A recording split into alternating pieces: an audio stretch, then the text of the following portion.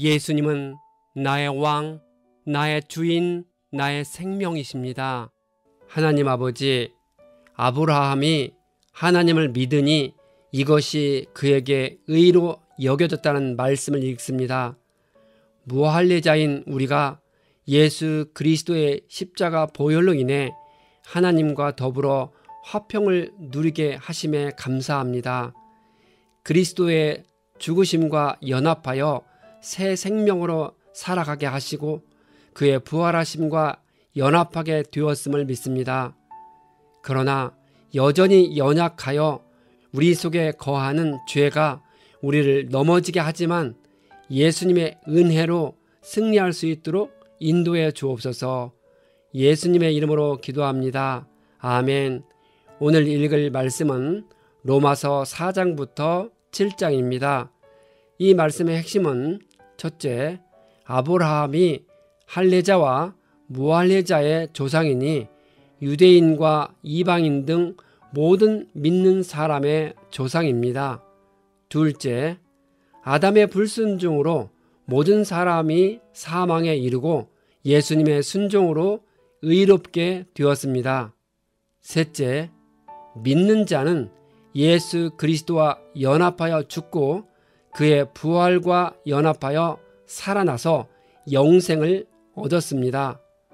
넷째, 예수 안에서 새 생명을 얻었지만 죄를 지을 수 있습니다. 4장, 바울은 아브라함을 예를 들어 복음에 관해 설명하고 있습니다. 아브라함이 75세에 하나님의 부르심을 받을 때에 무할례시였습니다. 또한 그의 행위가 의롭기 때문에 택함 받은 것이 아니니 하나님 앞에서 자랑할 수 없다고 합니다. 성경은 아브라함이 하나님을 믿으니 하나님이 그를 의롭다 여기셨다고 기록합니다. 바울은 유대인의 조상된 아브라함이야말로 오직 믿음으로 의롭게 된다는 바울의 사상을 지지해주는 최고의 예정이기 때문에 자신의 논리 속에 그를 끌어들이고 있습니다. 아브라함이 하나님께 의롭다함을 받을 때는 그가 할례 받기 24년 전입니다. 따라서 율법주의자들의 주장처럼 할례가 칭의의 조건이나 방법이 아닌 것입니다. 아브라함은 할례로서가 아니라 오직 믿음으로써 하나님께 의롭다함을 받은 것입니다. 하나님의 믿음의 씨가 아브라함에게 떨어졌고 하나님의 신실하신 인도하심 따라 그 믿음이 자라니 그가 마침내 믿음의 행동으로 하나님의 약속을 받아들이고 순종했을 때 내가 이제야 나를 경외하는 줄 알았다는 말씀을 들었습니다. 바울은 율법은 진노를 불러오고 그것이 없는 곳에는 범법도 없다고 합니다. 이는 율법이 있는 곳에 범법이 있다는 말입니다. 이는 율법의 기능 및 목적을 단적으로 드러낸 말로 하나님이 인간에게 율법을 주신 것은 율법으로서 그들을 의롭게 만들기 위함이 아니라 단지 율법을 통해 그들의 죄를 깨닫게 하기 위해서입니다. 하나님은 아브라함에게 약속을 은혜로 주셔서 율법으로 사는 사람들에게만이 아니라 그가 지닌 믿음으로 사는 모든 사람들의 조상이 되게 하셨습니다. 하나님께서 아브라함과 사라 부부에게 100세가 되어 자식을 낳을 희망이 없을 때 이삭을 주었습니다. 그 이삭을 통해 하나님의 약속은 신실하게 지켜져 갔고 마침내 그의 후손으로 예수를 보내셨습니다. 예수는 우리의 죄 때문에 죽임을 당하셨고 우리를 의롭게 하시려고 부활하셨습니다. 5장, 그러므로 우리는 믿음으로 의롭다함을 받았으므로 우리 주 예수 그리스도로 말미암아 하나님과 더불어 평화를 누리고 있습니다. 이 말씀은 우리 같은 이방인에게도 너무나 은혜가 되는 말씀입니다. 하나님은 칭의를 위해 우리가 치러야 할 죄값을 예수 그리스도에게 대신 받기로 하시고 우리의 죄짐을 그에게 지우셨습니다. 본래 죄 없으신 예수는 아버지 하나님의 뜻을 따르기로 하셨고 십자가에 죽기까지 복종하셨습니다. 하나님은 예수님을 통해 우리를 의롭게 만들기 위한 모든 조치를 취해 놓으셨습니다. 이제 우리는 우리 스스로가 의롭게 되기를 멈추고 하나님이 우리를 예수 그리스도를 통해 이루신 그 은혜를 전적으로 믿을 때 비로소 우리는 의롭다함을 받을 수 있습니다. 우리가 당하는 모든 환난이 유익하다고 할 수는 없습니다. 환난에 얽매여 있는 사람은 그것을 통해 유익을 얻을 수 없습니다. 그러나 환난을 겪을 때 그것을 통해 하나님께서 하시려는 의도에 초점을 맞춘 사람은 그것이 유익한 것이 되고 그것으로 인해 강건해집니다. 우리가 환난을 통해 하나님께서 우리 속에 일하시도록 허용할 때 환난은 인내를 낳고 그런 인내는 연단으로 이어져서 마침내 뜻하는 소망을 이룰 수 있게 됩니다. 하나님이 우리를 구원하시기 위해 독생자 예수를 십자가에 내어주신 때는 우리가 다음과 같은 때입니다. 첫째, 아직 연약할 때. 둘째, 아직 경건하지 않을 때. 셋째, 아직 죄인 되었을 때. 넷째, 아직 하나님과 원수 되었을 때입니다. 이런 때에 하나님은 우리를 사랑하심으로써 주님 자신의 사랑을 확증하셨습니다. 화목한다는 것은 적대감을 없앤다는 것입니다. 하나님과 우리 사이의 적대감은 우리가 하나님의 거룩함을 거스르는 죄를 지었기 때문에 생겨납니다. 이에 하나님이 독생자 예수 그리스도의 피로써 우리의 죄값을 청산했으므로 적대감은 사라지고 이제 우리는 그리스도를 통해 하나님과 가깝게 지낼 수 있게 되었습니다.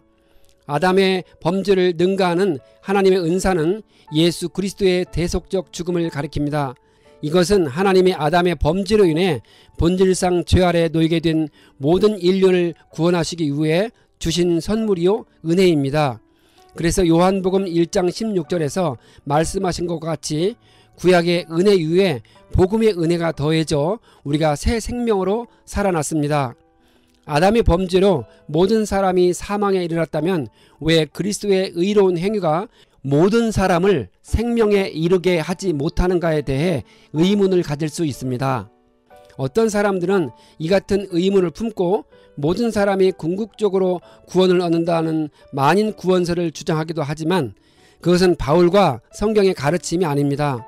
바울의 가르침은 아담의 불순종 행위가 그의 육신의 후손인 모든 인류에게 영원한 사망을 가져다 주었듯이 그리스도의 순종의 행위가 그의 영적인 후손들인 그리스도를 믿는 모든 자들에게 영생을 가져다 주었다는 것입니다.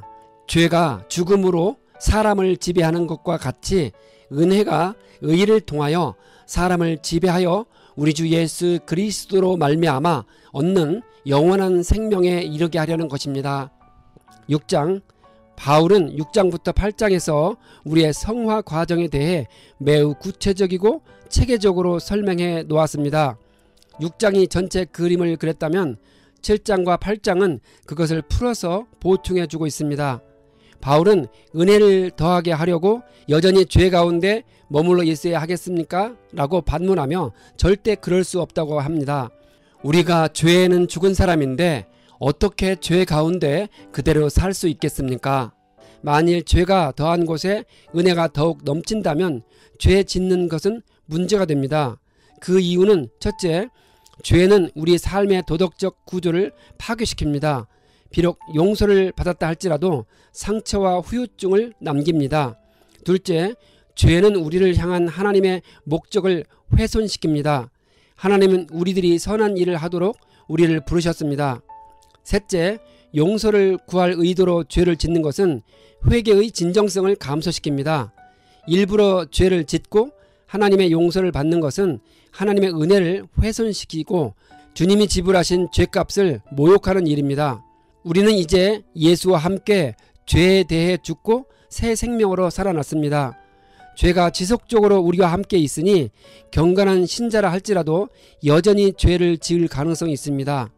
바울은 예수 그리스도와의 관계 속에서 죄가 우리를 지배하는 권세를 발휘하지 못한다는 뜻에서 우리는 죄에 대해서 죽었다고 말합니다. 예수 그리스도를 믿는 신자들은 더 이상 죄의 종이 아닌 것입니다. 죄의 종이 아닌 만큼 죄에게 굴복할 필요가 없게 됩니다. 그럴지라도 죄는 여전히 우리를 찾아와 유혹하고 협박합니다. 그러나 우리는 하나님의 은혜로 능히 죄를 물리칠 수 있습니다. 그 결과 죄에 대한 우리의 죽음은 영적인 차원에서만 머물지 않고 실제적인 현실이 될 수 있습니다. 죄가 믿음을 가진 우리를 주장하지 못하는 이유는 우리가 법 아래에 있지 않고 은혜 아래에 있기 때문입니다. 율법은 하나님의 기준을 보여주지만 그 기준에 이룰 수 있는 영적인 힘을 제공해 주지는 못합니다. 반면에 은혜는 우리의 죄를 모두 말소시키고 우리로 하여금 깨끗하게 새 출발을 하게 만듭니다. 더 나아가 우리로 하여금 하나님과 올바른 관계를 만들어 우리가 거룩한 삶을 살아가는 데 필요한 힘을 하나님께 얻도록 이끌어줍니다. 이처럼 그리스도를 믿는 믿음 안에서 우리에게 주어진 하나님의 은혜는 우리로 하여금 죄를 극복하게 함으로써 죄로부터 자유를 누리게 합니다. 바울은 우리가 아무에게나 자기를 종으로 내맡겨서 복종하게 되면 우리는 우리가 복종하는 그 사람의 종이 되는 것임을 알지 못하느냐고 묻습니다. 종이 된다는 것은 그의 주인에게 매여 있다는 뜻입니다. 모든 사람은 누군가의 종입니다. 누가 자신을 주관하느냐에 따라 그의 종이 되는 것입니다. 하나님의 은혜를 떠나면 우리는 죄의 종입니다. 죄가 우리의 주인일 때 우리는 죽습니다. 죄는 우리를 사망으로 이끌어 가기 때문입니다. 그러나 하나님의 은혜로 우리는 하나님의 종이 될 수 있습니다. 하나님이 우리의 주인일 때 그분이 우리를 영생으로 인도하기 때문에 주님과 함께 영원히 삽니다. 우리가 하나님께 매인 그분의 종으로 있을 때 우리는 본래 창조의 모습대로 완전한 자유를 누리게 됩니다. 죄의 싹슨 죽음이요 하나님의 선물은 우리 주 예수 그리스도 안에서 누리는 영원한 생명입니다. 7장 바울은 사람이 살아있는 동안에만 율법이 그를 지배한다는 것을 알지 못하느냐고 묻습니다. 우리가 죽으면 율법은 더 이상 우리를 주관하지 못합니다. 우리가 죽는 방법은 그리스도와 연합하는 것입니다. 그래서 그리스도가 2000년 전에 십자가에서 죽었을 때 우리도 그와 함께 죽은 것입니다. 그 결과 우리는 율법에서 벗어날 수 있습니다. 그런데 비록 율법의 의도가 우리를 하나님께 향하도록 이끄는 것이라 할지라도 언제나 율법은 인간의 반항심 혹은 자만심을 건드립니다. 인간의 반항심은 율법에 하지 말라는 말에 왜 하지 말아야 하는데 라고 하면서 대들게 만듭니다. 또 인간의 자만심은 율법에 하라는 말에 그래도 나는 다른 사람보다 나아 라고 말하게 합니다. 어떤 식으로든 결과적으로 율법은 우리 인간의 타락한 본성을 자극해 악으로 쏠리게 하고 결국엔 죄를 짓게 만듭니다. 그것이 바로 율법으로는 구원에 이를 수 없는 율법의 한계입니다. 우리는 이 세상에서 죄에 대해 자유로울 수가 없습니다. 즉 우리는 이 세상에서 육체로 살아가는 한 죄로부터 자유롭지 못합니다. 사탄의 권세가 지배하는 이 세상에서 죄는 끊임없이 우리를 괴롭힐 것입니다. 하지만 죄 많은 이 세상에서 승리하며 살아갈 수 있도록 예수님은 우리에게 성령을 주셨습니다. 그러면 우리는 성령과 함께 죄에 맞서 싸워야 합니다. 매일 매 순간마다 쉬지 않고 기도하며 쉼없이 싸워야 합니다. 승리의 비결은 자신의 지혜나 힘을 의지하지 말고 모든 일에 성령님의 뜻을 쫓아 행하는 것입니다. 그러다가 언젠가 예수님이 이 세상에 다시 오실 때 마침내 우리는 죄의 영향력에서 완전히 자유롭게 될 것입니다. 바울은 자신이 아니고 죄가 악을 행한다고 말하고 있습니다. 이는 그의 핑계가 아닙니다. 바울은 악에 대한 자신의 책임을 회피하려는 게 아닙니다. 그는 단지 죄가 갖는 막강한 영향력을 강조했을 뿐입니다. 즉 바울은 신자가 죄의 종에서 자유롭게 되었지만 죄에서 완전히 자유롭지 못한 긴장감을 묘사했습니다. 그래서 바울은 이런 긴장감을 잘 다룰 수 있는 해결책을 주고 있습니다. 그것은 마음을 새롭게 하라와 영을 쫓아 살라입니다. 그런데 만일 우리가 하나님의 법의 메인 종이라면 왜 그 법에 항상 순종하지 못할까요? 종이라도 항상 주인의 권세에 복종하는 것은 아닙니다. 바울은 자신 속에서 성령의 소욕과 육체의 소욕이 서로 싸우고 있다고 묘사하였습니다. 우리의 구원이 오직 그리스도를 통해 우리에게 온 것처럼 우리가 주님을 계속 의지하는 한 우리의 성화도 성령을 통해 반드시 이루어지게 될 것입니다.